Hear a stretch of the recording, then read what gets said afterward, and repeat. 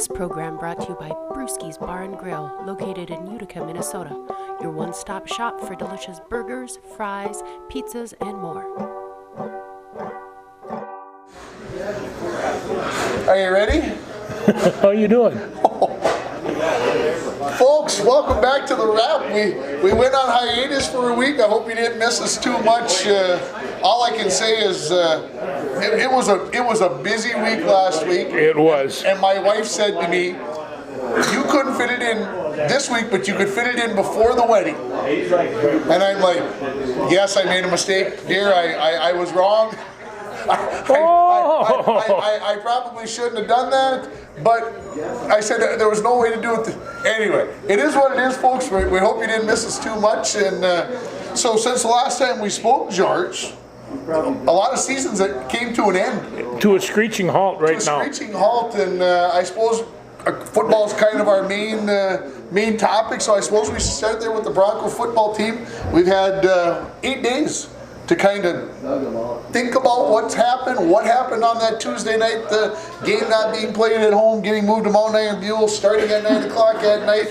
We should say thank you to the 727 people who watched the football game online, and I don't know how many people watched it on KCC Channel 7, but thank you. You made our efforts that night, the late night and everything else, well worth it because of that. But you talk about the game a little bit. You've had 8 days to think about it. Well, I tell you, you want to take a look and say, did they have an opportunity to win the game? And in fact, they did. In fact, from our view, multiple opportunities. The other thing that comes across is I've been analyzing football games all week. Defense is a key factor. And Mesabi East just came out to play. They played well on defense, and on top of that, they continued playing well on defense on Saturday as well. Yeah, I'm not sure, George, how to put this. I'm more surprised by the fact that the Broncos, as the number 3 seed, lost to the number 6 seed 26-20, or that the number 6 seed beat the number 2 seed on their home field. On their home field, 38-14. I saw the score on Saturday, and I'm like, what the beep is going on? But I will say this, in defense of Mesabi East, and to help out our Broncos and the CI Rangers, who are the number 2 seed, Mesabi East was a different team when we saw them the second time. They were.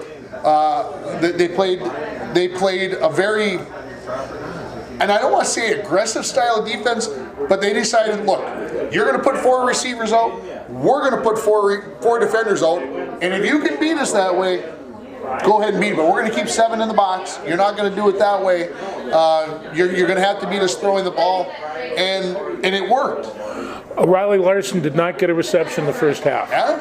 And then, of course, the second half he came on, and we're used to him snagging everything that's in his in his range, and it just didn't happen. So I knew that the cornerbacks and Corey Meyer came back. He was a really good running back, but he played really well on the corner, and they did the same thing on the other. So they did play our offense real well. And the difference, I think, offensively for them was that quarterback, Canucksla. He was a non-running factor, really, the first time the Broncos played him. He had runs of 73, 64, and 49, if I'm going off my memory correctly, amongst other runs. He was not that kind of running back. He was not that kind of threat the first time that we saw them. And, hindsight's 20/20, folks, and you don't need to be all cliche here, but if that was on a muddy field, I wonder how things would have changed. It could have been. It would have been. Who knows? And we know some people that would say they never should have give up that home team advantage, and who's to say that they weren't right?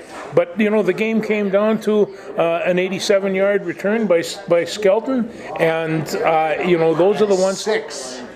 Six turnovers on the Broncos. Turnovers on the Broncos. And still had a chance to win. So sometimes the game is a little unfair in that respect, but Mesabi East had a couple of turnovers. They also had a block punt, and they also had a punt. I'm not sure what the kid, I think he just forgot to swing his leg. He just absolutely dropped the ball and gave the Broncos great field position. But it was a tough way to end a season that looked like it had so much promise, and not that like there was a chance. And I'll be honest with you, folks, I was thinking on Thursday night, Halloween night, we were going to be doggone busy because we were going to be going to a football game with the Broncos playing in it. I really believed at the end of the year they were one of the top 2 teams in the section and had every right. I agree. They had every right, but that's why they play the games. They don't just put it on paper. A number 6 seed is going to take on the number 1 seed in Moose Lake Willow River on Thursday night down in Esco for the right to go to the state tournament. And boy, for Mesabi East, this is, I think, like the 3rd time in the last 5 years they've had a chance to play for the section championship. So something to be said about playing well at playoff time. You can't count them out of this game, and everybody takes a look that Moose Lake Willow River will pull their Moose Lake Willow River stuff. That's the way I'm looking at it. Yeah, and but they're going to go in there, and that they're going to stick it to these guys and play what they're capable of. They're finally coached, and I like their defense a lot right now. And remember, when they were playing CI, it was 20-14 at half, and it was 38-14 at the end of the game. So they shut them out completely in the second half. Yeah, I didn't have a chance to see that game or anything like that, but it's just one of those things that I saw the final score and I'm like, I don't know. Let's talk about some other high school football. North Central, Little Fork, Big Falls, Kelly, North Home. They're playing for a section championship at the Fargo Dome on Thursday at 3 o'clock against Warren Alvarado Oslo. And they had a little scare last week. They did have a little scare. On Saturday after the Badger Greenbush Middle River came over and had to go to double overtime before the Stars pulled it off 22-14 in double overtime. And I know nothing about the game except that the final score was 22-14. Maybe you know more. No, I really don't. But when you take a look at this, I think, they've been squashing people all year long. And this time, all of a sudden, from here on in, the competition is not squashable. These guys are tough. And there's a lot of returning football players. And so, there were a lot of what I will call naysayers out there, out in the football public, who said, well, just wait till they play somebody from out in Section 8 because Section 8 is better football. And they might be right. Might. And just wait till they play somebody out in Section 8. Well, they got that big scare on Saturday, the 22-14 double overtime. But I also found out that Pendergast and Matt Kennedy, I believe, both were out of the lineup injured. So they did not play most of the game. So without take your two of your premier running backs out of the lineup, now all of a sudden everything comes a little bit closer together. It does. And I know injuries are part of the game, but I've been told that one of those two will definitely be available on Thursday at the Fargo Dome when they take on WAO. We'll call them that for now, and we'll see what happens. And win, lose, draw. You know what? You get to a section championship game, 10-0 versus 7-3 or 9-0, whatever it all is, and you put it out there on a neutral site field in a big dome at the Fargo Dome in Fargo. Everybody can get a little wide-eyed. They certainly can. And see what happens. And it will take nothing away from this season for the Stars. Win, lose, or draw, whatever happens, it's going to be very exciting. Well, and the other thing about these small 9-man schools, the whole community is going to come to this. They're going to pack that whole town. School's closed. The school's closed. And everybody's going to go to this game, and they're going to pile in right after another. And that kind of epitomizes high school sports to me. Yeah. The people are in it, the community is involved in it, and hey, I know you're going to go down, and the football starts at noon? 12:30. 12:30, and it'll end about 11 o'clock that night. Yeah, we won't probably be there. You probably won't be there quite that long. But so. this is you're a man that loves the sport, and I do appreciate that. And the thing is about it is, if you're going to drive 4 hours to watch one football game, you might as well watch 3. And there's 4 football games. Yeah. You might as well make the day of it and do it right. And so we'll watch a little 9-man before and after the North Central game, and then Perham, Dilworth, Glendon, Felton plays at 8 o'clock. That's 3A football. We may have to stop and stay and watch just a little bit of that, but there is work on Friday. Well, that's what I heard. That's what you hear. Anyway. That's what you hear. That's what a retired guy says. You're supposed to go to work on Friday. I remember school starts right around 8. Class 3A, as long as we've talked about 2A and 9-man, 3A football. Esco takes on Aiken after Aiken edged out GNK, was as tight as everybody thought it would. Yeah, well, you know that was going to be a good game. And you always kind of figure that Bobby Schwartz is going to pull the edge out, and he just doesn't always. And, it's Aiken was a good team, and and they were a little scary at the end because it looked like maybe they had faltered, but we'll see what they have. Am I get a picture of a lot of teams that are really close in talent? And, yeah, I think you're right on that, George. And Proctor had Esco on the ropes, 14-0, and Proctor decides to throw a pass, and Esco returns it 50 yards for a touchdown. And the rest is history because it was ended up Esco scored the rest of the points in the game, and so they played Section 7-3 for the final. That is on Friday night, I believe. No, that's Thursday night, excuse me, at UMD. And then in Class A, Deer River has. George, you're going to have to help me out. Oh my goodness! How can I can't think of it right now, George. I can't think of it either. Anyway, yeah, Deer River, who we saw early in the season, defending section champions, looks like they could definitely be there. You talk, I'm going to look because it's going to bother me. It'll drive you crazy. So, I mean, we think Deer River is right there again with a very good chance to take care of business, don't you? Well, I think that we came up here and kind of put the boots to Deer River. Both of us looked at each other with our mouths wide open and think, what kind of team do we have here? And that kind of showed a direction that the Broncos were going to take, and they did for the most part through the season. Yeah, as soon as I get the screen big enough so my old eyes can see what's going on. Yeah, we have a technician here. And of course, MIB plays Silver Bay in the 9-man, and I got to go this way, so hang on a sec here. I'll go, how about here? As we work the buttons? No. So tell me about, while I'm digging here, yeah. Let's talk about Army for a second. We talked about the last couple times about them being on the edge. Oh, they've been in the... Are they on the edge of... Falling apart? It may be. They play Air Force this week, and Air Force is pretty good. And Navy is coming. I think Navy might even be playing Notre Dame this week. And so there's some challenges there for Navy. But right now, Army's got to get past Air Force. And in the old days, I was taking a look thinking, I don't know who's going to beat Army. And now I'm looking at it and saying, I'm not know who's Army's going to beat. Exactly. And so there's some sailors and Marines here. They're giggling, because they know this Army-Navy game is coming up. And but I tell you, they've had some injuries on defense, and their offense. They've just been keying off that fullback, and on that triple option, you stop the fullback, you stop a pretty good chunk of it. Yeah. They've also at the end of the game last week, they were down to the third string quarterback, which really isn't too bad. He's a senior from New York and has a nice arm and ran the team real well. But it just goes to show you those quarterbacks are getting tagged, and they're coming at him real hard. The only thing that you can do to beat an Army team is come at super aggressive, and the team seem to have been doing that. So I'm going to watch again on Saturday. There's no two ways about that. But it was difficult watching the other day. That's for sure. Deer River plays Bram.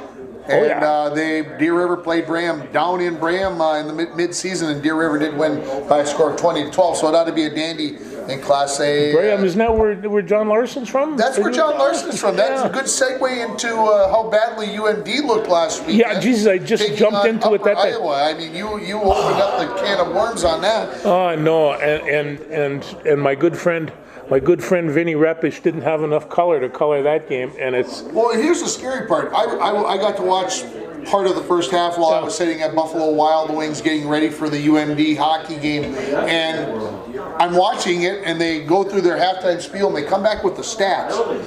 Upper Iowa, 48 yards rushing, approximately, 60 yards passing, 108 yards for the first half, 2 first downs.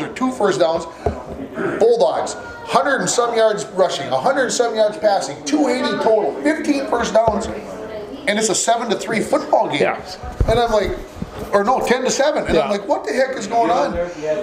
That was a game that UNB, I really feel like, shot themselves in the foot, throwing interceptions, fumbling the football, doing things that they move the ball up and down the field, and they get into scoring territory, and they find a way to botch it, and that's not normal UNB football. No, it's not. But the other thing is that once in a while you see a team that relies a lot on their quarterback or on one particular athlete. Yeah.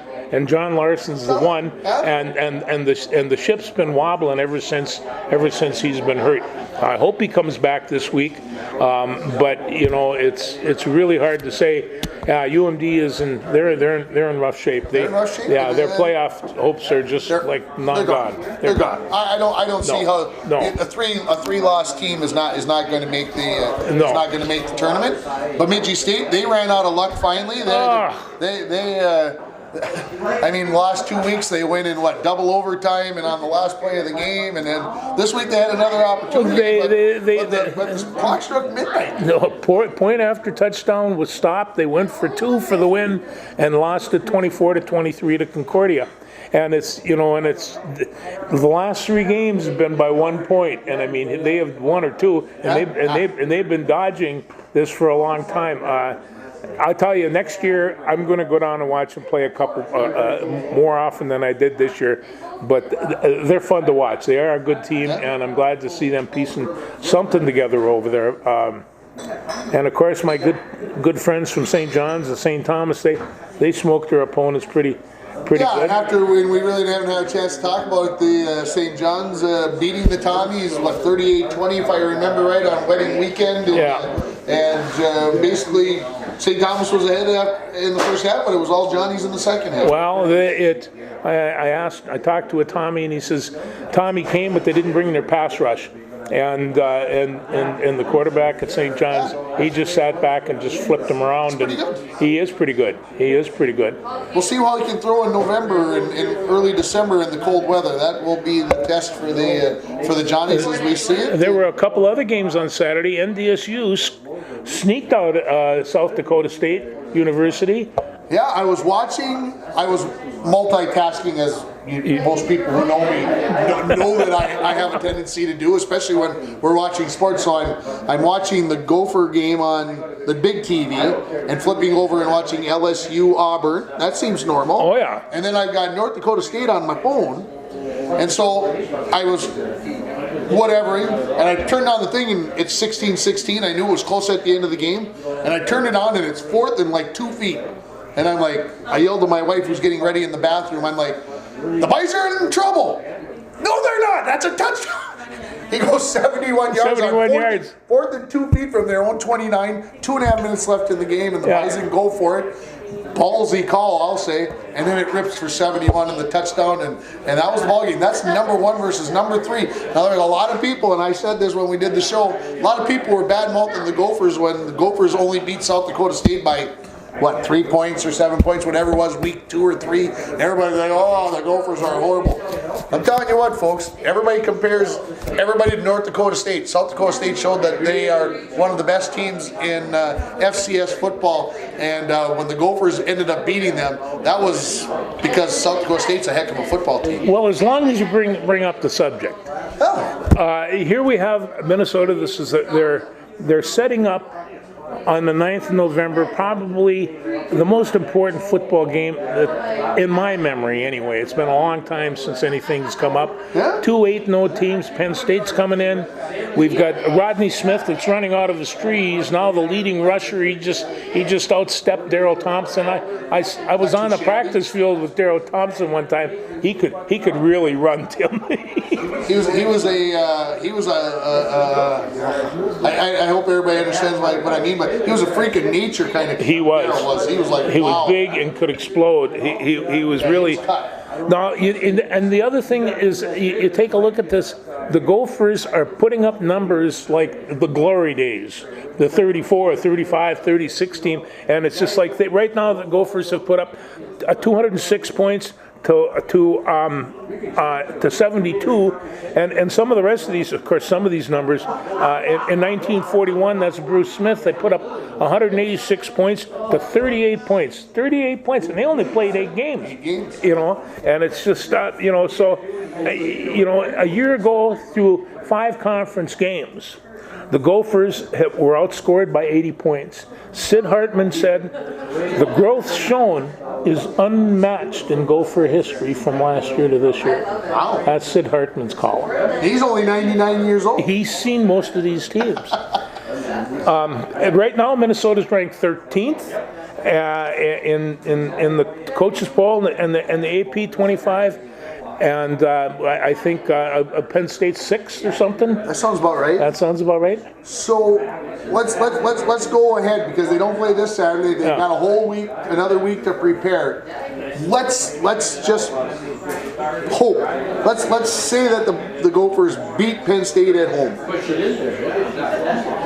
Where does this put this team? Because they still got 3 games left against Iowa, Northwestern, and Wisconsin, which tough are games. We understand that the back end of their schedule is backloaded here. I think, and I don't want to go back, but we can go back and look at the tape. I think I said the Gophers could end up 9-3 this year. They go 9-3, people are going to be going, they screwed it up. Yeah. 9-3 2 months ago was a pipe dream. Yeah. Nobody thought it could possibly happen. Now if they go 9-3, everybody's going to be going, "Well, they choked again. I told you the Gophers were no good." Well, or they could wind up 10-2, and 10. Or they could end up 12-0. And then that would really screw things up, man. The old SEC schools would be going crazy. Well, then here they come at 12-0. Now you got to play the Big Ten championship game against Ohio State. Yes. Probably. Yeah. We're guessing. Obviously, things can happen over the next month to do that. But here, seriously, they could lose 2 of these games and still be playing for the Big Ten championship. Well, they could, and they're going to, as of right now, they're going to get themselves a good bowl game. And they're undefeated, and like Boise State's undefeated. Some of these other smaller schools are undefeated. On November 9th, Minnesota's playing Penn State. Alabama's playing LSU, and I take a look at that SEC. Geez, they got 4 of the top 4 teams in the big, the top 10, and that's just one conference, and so that's a good conference. Can Minnesota beat any of these schools? Let's get out of the Big Ten first, but they can play with football with these guys. Yeah, and to me, my guts roll when you say that, because I'm going, the Gophers cannot compete with Alabama.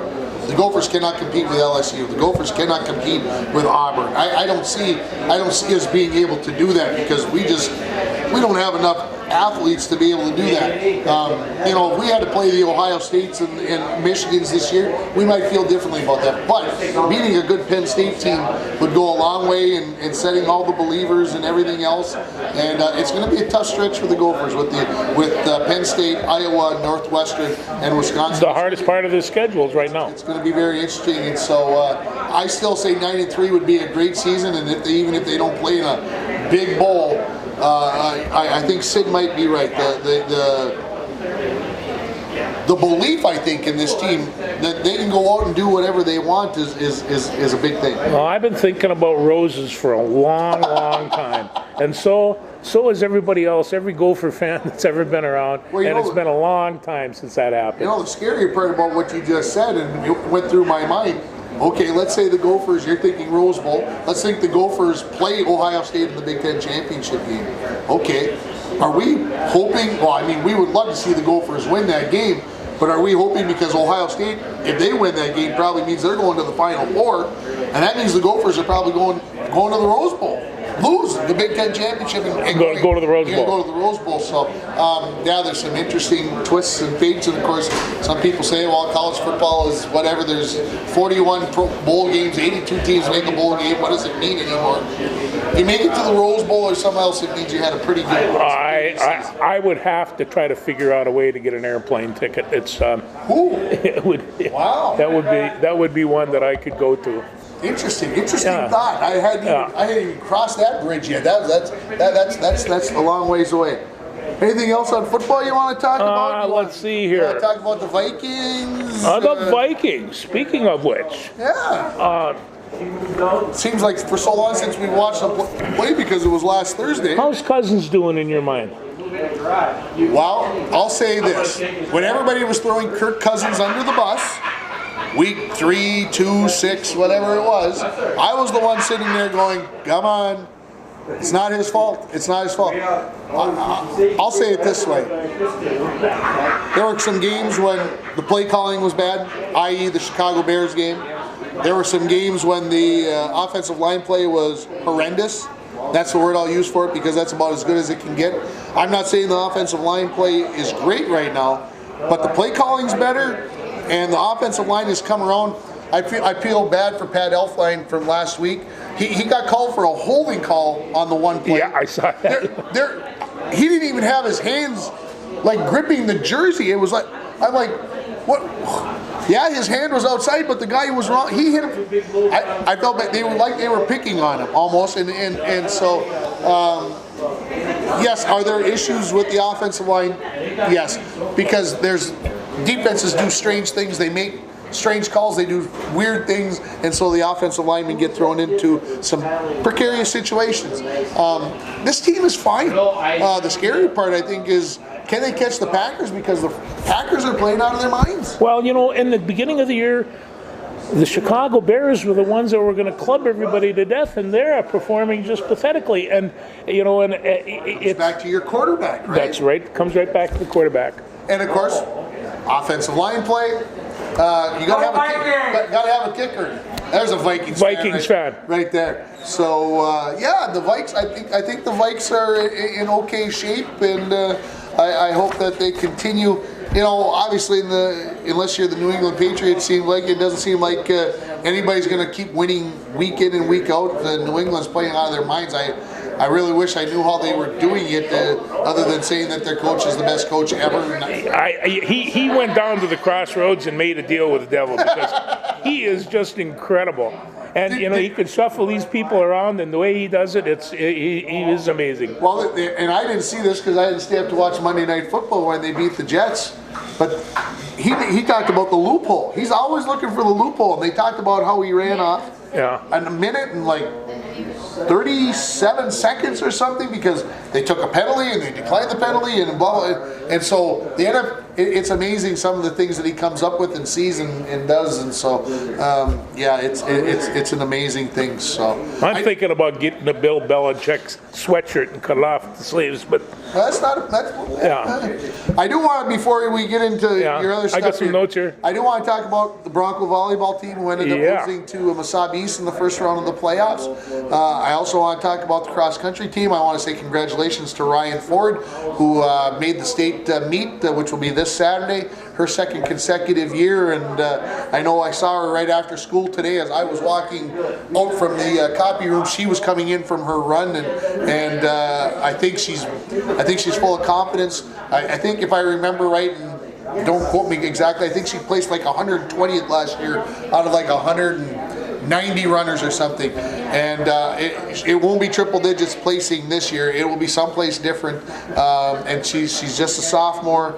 A couple more years to watch Ryan run. She's a good one. And she is. Best of luck to you, Ryan, and to everybody heading down to the state cross country meet on Saturday the 2nd. I see that Ava Hill got beat. Ava Hill got beat by a girl from Pequot Lakes, and that was a head scratcher. Yeah. A ninth grader? A ninth grader, and Ava will be. I think that will drive her a little bit. It will. You know, it's tough when you're an individual runner. Some days you just don't have, the legs aren't there. Maybe you overtrained. Maybe it was a bad course. Maybe you ate something wrong for breakfast. A lot of things. It'll be interesting to see how this plays out at the state cross country. Oh yeah. So swimming wrapped up their regular season. The girls swimming and diving team last week against Mesabi East had a quadrangular at Virginia. They are getting ready for the section meet, which is next Thursday, which is the 7th and the 9th. So the prelims on Thursday the 7th, and then the finals on Saturday the 9th. Those go off in Hibbing, and so best of luck to them. And I hate to say this, and it really kind of hurt me to say it this week, but girls hockey practice started on Monday. Yeah, it falls over. And fall is over. You only have to look outside to see a little bit of the snow on the ground. But I know they're a little short-handed because the swimmers aren't done yet. And so I know they're expecting maybe 16 or 17 girls out for hockey. And right now they're skating with about 8 or 9. But they're out there working, getting ready for their first games, which are on the 15th and 16th of November. So pretty soon we're going to be talking the H word and the double B basketball, and it'll be that time of the season. It goes by quickly, doesn't it? It goes by quickly, and more quickly every year, right? More quickly every year, yeah, as the kids get older. What do you got on your I got a couple of notes here. Yeah. Two former Broncos who recently ran the Savage 100 down in Savage, Minnesota. The Savage 100. 100 miles? It's 100 miles and 100K. And we had my good friend, class of 67, Billy Howard, ran the 100-mile extreme race just a little bit over 33 hours. Tim, the man's 70 years old. And so anytime that we figure that we can't do it, Bill just ran this in 33 hours plus, and he's 70. That's 3 miles an hour. Yeah, okay. I'm just doing the math because I like to do the math. No, he does. And then he was telling me, well, check on this. He says, because there was another Bronco, Amber Hardwig, and she ran the 100K, or the 100K, and she ran only that 62 miles. Yeah, in 9 hours and 8 minutes. And she's going to be like, I don't know, 41 or thereabouts, but that's that was a pretty good pace. Yeah. And then on Saturday, I went down to the Mesabi Norsemen and the Central Lakes Raiders and watched a football game. I know the Norsemen were My Norsemen, what happened Mater. at the end of the season, brother? What the heck? But, former Bronco, Garrett Koenig, graduated last year. He drags his 175-pound carcass out there, and long snaps you can barely see him in amongst the linemen. They're really funny. He's number 19. Everybody else is 70 and look like a wall. But his snaps were really good. I saw him through, 6 or 7. There were 3 or 4 punts and a whole bunch of point after touchdowns and a field goal attempt. But his snaps were right on and right crisp. And a long time ago, somebody told me, I think it probably was Bruce Schmidt, he'd tell his guys, practice these long snaps. This might win you a place on the football team. And that seems to be the way it worked for Garrett. Yeah, it's one of those talents that not everybody has the ability to be able to do, to throw a ball upside down. And that's literally what you're doing. You're throwing a ball upside down. With your head up. And so it makes it interesting. But, congratulations to him. And Central Lakes moves on in the playoffs with a 30-2 win over my Norsemen. I'm stunned because they were 7-0 and then lose the last regular season game and lose badly on your home field for home. Oh yeah, no, it did not go well for the Norsemen. What else you got there? Excuse me. Nathan McRoberts is going to play at UMD this week. He's going to be down there with Crookston, and I think that's a 1 o'clock start in the afternoon. Yes. I got to get my Bulldogs back on track, and so Crookston seems to be the way to do it. So if you get a chance to see Nathan, I suspect that game will be on TV on Midco 9. I think it says on My 9. So if you get that channel 146, I know on Midco, you can watch that game and see how Nathan punts. Oh yeah, and my friend of Vinny Repish and Tommy Hansen, they do the play-by-play in the color. Yeah. As I said before, Repish he's my mentor. Also, Gopher Wrestling starts on Friday. Can you believe? Cal State Fullerton, or Cal State Bakersfield, excuse me, and they start on Friday. And then next Tuesday, the Gophers men's basketball opens up with Cleveland State. Now, they've got some serious replacing to do. But they got a guy who. They got 2 guys in, one out of the SEC and one out of the Big 12, I think, that are going to come on and basically start. They got 2. That's kind of scary. I'm always against that kind of stuff, but the Gophers seem like they'll be able to fill some holes with these Well, guys. I think they are, and you know, and the only thing that they have to do with Big Murphy is replace 17 or 18 rebounds a game, and so that's going to be their issue, because he was one of the greatest rebounders in Bronco history. Absolutely, that'll be interesting to see, but it's going to have to be a team effort rather than a one-guy effort. And I understand Emil Coffey did make the who's he with the Clippers, Really? and he got a I don't know, a 2-on-2 contract or something, where I think they're going to be playing him in Ontario. Yeah, so he's got a contract, but he made the team. I don't know if Murphy did or not. I heard that he wasn't. He was having some issues. You're going to make me do some investigating on that, because that seems. Well, I didn't think that could be possible, but good for him. You know, he's got a nice shot. He moves the ball well, and you know, and I remember if he could ever grow like his father did. Yeah, absolutely. Could fill out a little bit. He'd be all right. So anyway, those are my sports notes, but I'm particularly proud of that Savage 100 and my 70-year-old buddy finishing that. That is phenomenal. Yeah. And speaking of some older peoples, we did have the Bronco Athletic Hall of Fame did announce since our last talk. Well, you better lay it on there. We better lay it on everybody. And of course, the team that's going in is going to be the 1957 hockey team, the first state hockey championship. So we'll be honoring those guys and doing the things with those guys. And of course, those guys graduated some of those guys 62 years ago. So some of them have passed on. Hopefully we'll get a big group. We'll get their family members in. Thanks to Jim Worley for getting everybody contacted who had a family member. I've got addresses for everybody, so thanks to Jim for doing that and getting hold of everybody.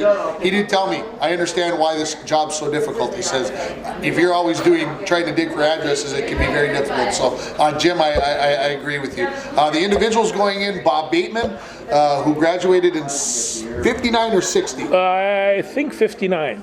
Bob Bateman is the only former Bronco to play Division I basketball, and he got to play with the Gophers and team captain. And I had a chance to meet Bob for the first time. The next day, miraculously, he shows up at my classroom door with Stuart Nordquist, and we got a chance to chat. And, all right. So I know there were some people out there who had been giving me some feedback, saying, "Hey, how can Bob Bateman not be in?" He's in, so that's a good thing. Ronnie Beck, the goaltender for the very good friend of mine. 65-66 hockey teams, never lost a hockey game in high school. He'll be going in, and you know, some people say, well, he had great talent in front of him. Well, this is one of the things, a couple of things you didn't know about Ron. He played baseball. He hit about 450. They were never any, but he just booped them right over the second baseman's head, just bang him around. But he did that half the time he was up, you know. And his senior year, all his buddies are out for football. In those days, hockey players played a lot of football, and he came out for football because that's where his friends were. And so he held the extra points, and in the game when we were way ahead or way behind, which we were rarely way behind, they put Ronnie Beck in and people would stand and cheer. You know, just like that. And Ron was really a great teammate and an outstanding athlete, no doubt about it. Jeannie Blaze Corn is the third of the individuals that I will address here. I'm going alphabetically, by the way. And so Jeannie was back in the late 70s, track and field and all that other stuff. A great athlete, had the school record in the high jump, I think, for years and years and years. And so a very, very deserving.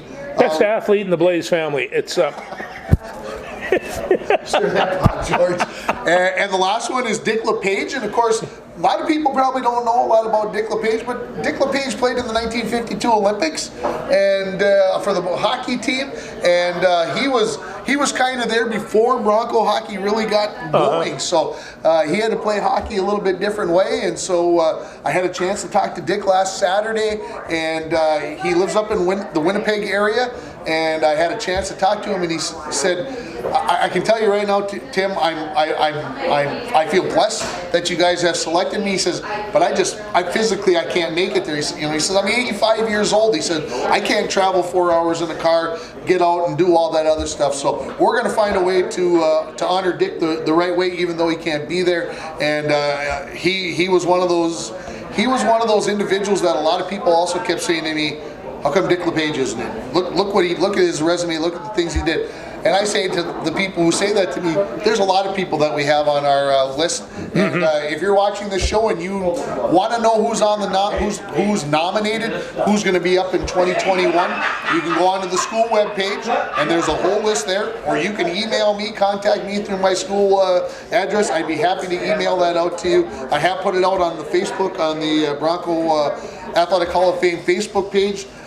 You can go there and see who's not nominated. If you feel like there's somebody out there that you really believe should be nominated, please let us know. We want to get those people up for possible induction and honor those. And I know there's some people out there who are going to be disappointed because their good buddy X or their good family member Y didn't get in. They're still on the list. We're getting them in. Every year we put people in, and it's just like another great group of individuals, another great team. And you might think, well, this person's more deserving. Oh, yeah, then you have that, and the other people think the other way. We're going to get them all in. They're all going to get honored. I have not missed a Hall of Fame dinner yet, and I take a look and I think, are there people that deserve to be in this? Undoubtedly. Are there people that deserve to be more than the ones that were selected? I don't think so. They've all been great selections, and that's what makes this an important thing. But no, Dick LePage and Bobby Bateman in particular, those are old timers that deserve that. You're not putting Ronnie Beck in the old timers with you. I'm sorry. I had to do it. I had to do that to you, George. Okay, so this came out like in the last week and a half or something. This is where we always end our thing. So the Eagles are going back out. They are. And so they put 3 shows together out in Vegas here last week. They come out and they do the whole Hotel California album with a choir and an orchestra. Then they go take a little break and then they come out and they do like 20 more songs. So I found out today, I got an email that the Eagles are coming to the X on April 3rd and April 4th. That's a Friday and a Saturday. So my question to you, George, is are you going to go watch the Eagles? Well, the question is still open, and if we can arrange tickets, like I said, they said to be on the floor it costs $1,400, and I says, well, I can't afford, Sue, for 3 of us to go. Maybe you should just send me, and then I'll tell you how the concert is. Well, she didn't much go for that. That didn't no, so but my daughter would very much like to go. My wife would very much like to go, and if somebody forced me to go to an Eagles concert, I heard the lowest price ticket might be $200. Yes, I went and watched Queen this summer for $80, and people where I sat, people thought you paid $80 for that seat. We were way up in the corner. You're nuts, and I'm like, $200 to see the Eagles. Where I sat, would that be worth it? It's something to think about. I saw Billy Joel in the Target Center, and I thought where we were sitting, the sound systems are so remarkable, and they have the big screens are all over there, you know. And I it's like Karn says, you know all those songs? I do, and the Eagles songs, I know all their songs too. Pretty well. Yes. Anything else? Football show? No, it's an Eagles show. Sometimes. It's the Eagles now. Not the Philadelphia Eagles. Hey, rowdy crowd tonight, huh? That's just rowdy crowd. They're trying to get us rattled. They are, but you know, I think they like us here. Thanks, everybody. I think they like us here. Yay! Let me see you. The World Series. The World Game Series. 7 is tonight. Before we go, who are you taking? I'm going to go with the Nats. No! You're hoping for the Nats, or you're picking the Nats? I'm picking the Nats, and I'll tell you why. Here it is. I can't wait.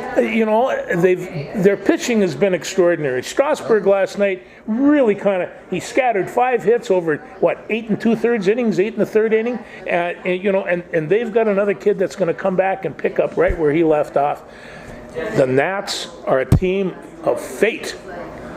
6 World Series games played, 6 times the road team has won. This game's in No Houston. home winners. If they go 7 for 7, this is going to be the statistical anomaly. They're going to be mathematicians are going to be going crazy trying to figure out what the odds of that are happening. I see after a home run, the Nats are having more fun in that dugout than the Astros. But no, it's a great series. And bad man Jose Altuve, I'll tell you, I can watch him play ball all day long.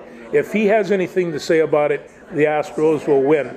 On the other hand, if Soto, young one, 21 years old. Too shabby. No. Not too shabby.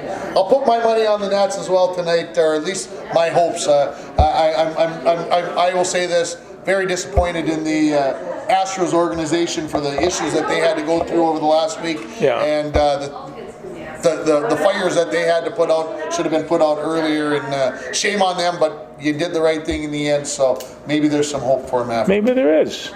Thanks, everybody.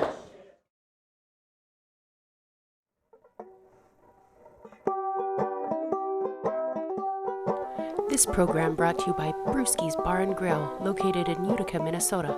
Your one-stop shop for delicious burgers, fries, pizzas, and more.